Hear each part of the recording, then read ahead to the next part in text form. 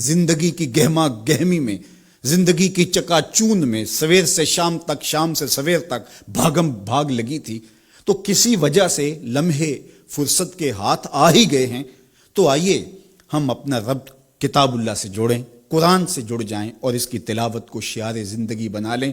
گر تو می خواہی مسلمہ زیستن، نیست ممکن جز بقرآن زیستن۔ اگر تو مومن بن کے، مسلمان بن کے جینا چاہتا ہے تو قرآن کے بغیر تیرا ایک لمحہ بھی نہیں بیت سکتا۔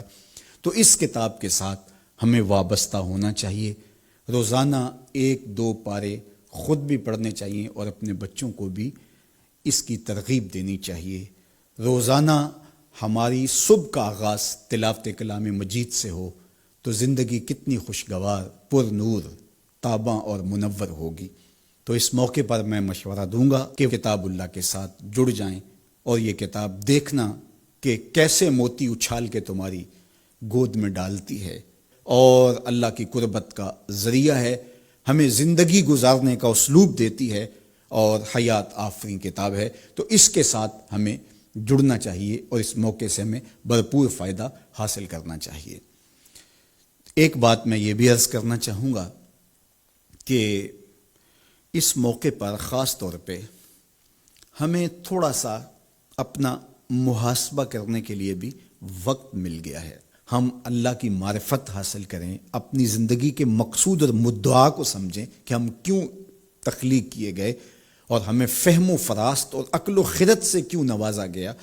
تو وہ مقصد اگر ہم نے نہیں پایا تو اس موقع پہ ہمیں اپنا محاسبہ کر کے غور کرنا ہوگا اور اپنی زندگی کی راہوں کو درست کرنا ہوگا۔ اللہ کے حضور رجوع کریں، سچی توبہ کریں۔ ابھی تو ہم نے سوشل میڈیا پہ مختلف لوگوں کی موت کے رقص کو دیکھا، ہم نے الیکٹرانک میڈیا کے اوپر مختلف ممالک کی خبریں دیکھیں اور دل لرزنے لگے، اور جب اپنی آنکھوں کے سامنے ان لوگوں نے یہ مناظر دیکھے ہوں گے تو کیا عالم ان کا ہوگا اور کیا کیفیت ان پر بیتی ہوگی اور کس کرب سے، کس اذیت سے وہ گزرے ہوں گے۔ اور ہزاروں انسانوں میں سے کوئی ایک شخص آغوش موت میں اترا اور اس کی سسکیاں اور آخری لمحے اس کی تڑپ اور اس کی بے چینیاں اور اس کے خاندان کی محرومیاں اور ان کی آنکھوں سے برستے ہوئے آنسو دل لرزا دیتے ہیں۔ اور پھر آج کل تو نہ جنازے میں شامل ہو سکیں، نہ غسل اور نہ کفن نصیب ہو سکے، اور کس محرومی کا اس دنیا سے رخصت ہونا، تو انسان لرز کے رہ جاتا ہے۔ تو ذرا 2 لمحوں کے لیے تصور کر لیجئے کہ 7 ارب انسانوں کے اندر چند ہزار لوگ موت کی آغوش میں گئے، جبکہ اربوں انسان ہیں، تو چند ہزار لوگ آغوش موت میں اترے تو ہمارا وجود لرزنے لگا۔